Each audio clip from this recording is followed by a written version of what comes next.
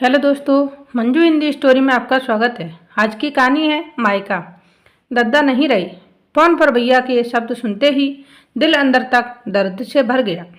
पर तसल्ली थी सीमा को कि जब माँ है तब तक मायका है। घर वापस जाते समय दोनों बहनें अम्मा से वादा करके गईं कि हम लोग बारी बारी से आते रहेंगे। दोनों बहनें ही समय निकाल कर अम्मा की चाह में मायके चली आती। भाभी के व्यवहार में फर्क था तो 2 दिन से अधिक न रुकती, पर अब कोई उन्हें कुछ था जो बेहद अजीब लगता। ये बात उसके साथ छोटी बहन गुड्डी ने भी महसूस की थी जब दोनों दद्दा को बीमारी के समय देखने आई थी। जब भी अम्मा अपनी दोनों बेटियों के साथ होती, दोनों को अपनी पीठ पर एक जोड़ी आंखें अक्सर घूरती महसूस होती।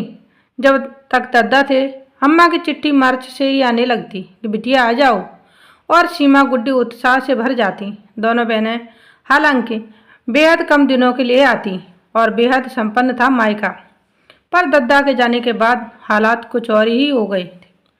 घर के अम्मा के पास यूँ तो कोई न बैठता, पर जब भी सीमा या गुड्डी आ जाती तो भाभी या उनके बच्चे कोई न कोई मौजूद जरूर रहता और दोनों की मन की बात मन में ही रह जाती।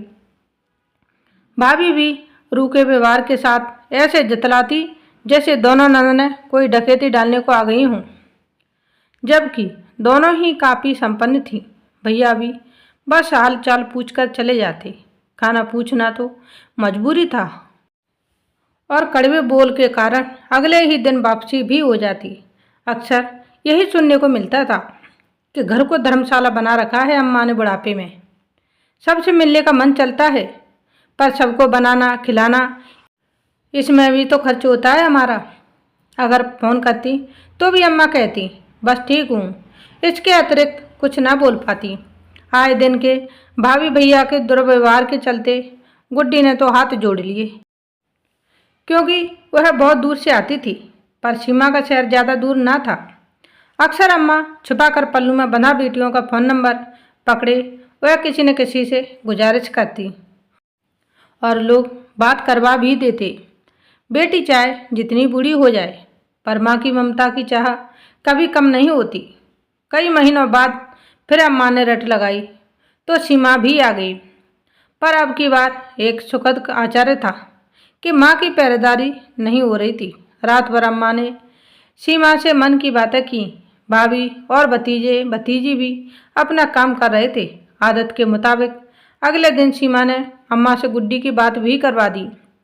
वापसी के समय अम्मा बच्चों की तरह बिलख के रोई, क्या जाए करो जल्दी, पता नहीं अब की बार मैं मिलूं या नहीं।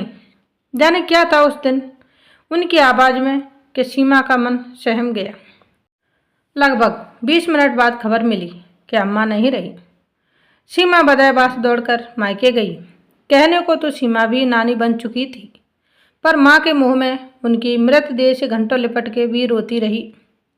अम्मा अपनी अंतिम यात्रा पर बढ़ गई, पर सीमा को अम्मा की विदाई अच्छी भी लगी कि उन्हें रूखे और जिल्लत भरे व्यवहार से मुक्ति मिली। तब तक कि अम्मा काफ़ी आत्मनिर्भर थी। अम्मा की 13वीं के संस्कार के बाद सीमा ने मायके का रुख भी ना किया। गुड्डी का घर तो बरसों पहले ही छूट गया था।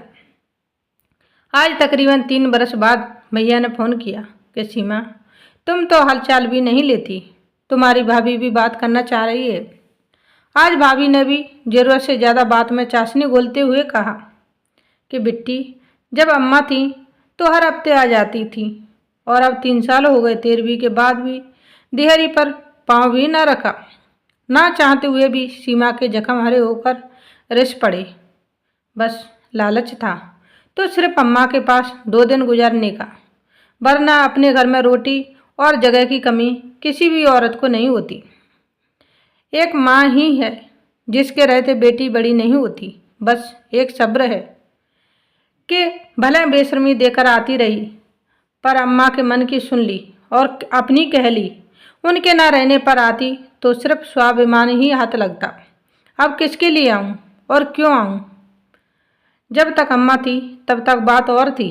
बस करो बिट्टी, हमें अपनी गलती का एहसास है। बहुत बुरा किया है तुम दोनों के साथ हमने। आज जब तुम्हारी भतीजी को देखने को तरसते हैं, तो अम्मा की तड़प समझ में आती है, जिन्हें हमने सिर्फ बहू के चश्मे से ही देखा। अगर 2 दिन को भी आ जाओगी तो अच्छा लगेगा। भैया और भाभी के बेहद कहने पर सीमा मायके गई तो भाभी में बड़ा बदलाव पाया। यह वही भाभी थी जिनके डर से अम्मा अपने मन की बात भी ना कर पाती। चलते वक्त भाभी ने सीमा को उसके लिए अम्मा की दी हुई कुछ निशानियां देकर कहा।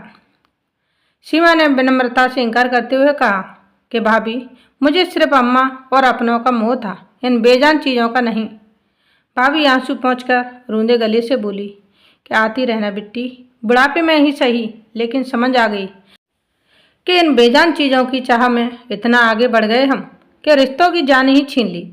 सीमा ने भाभी के आंसू पोंछकर कहा, भाभी दुखी मत हो, जो हो गया सो बदल नहीं सकता, पर अफसोस इसी बात का रह जाता है कि समझ हमेशा इंसान के जाने के बाद ही आती है।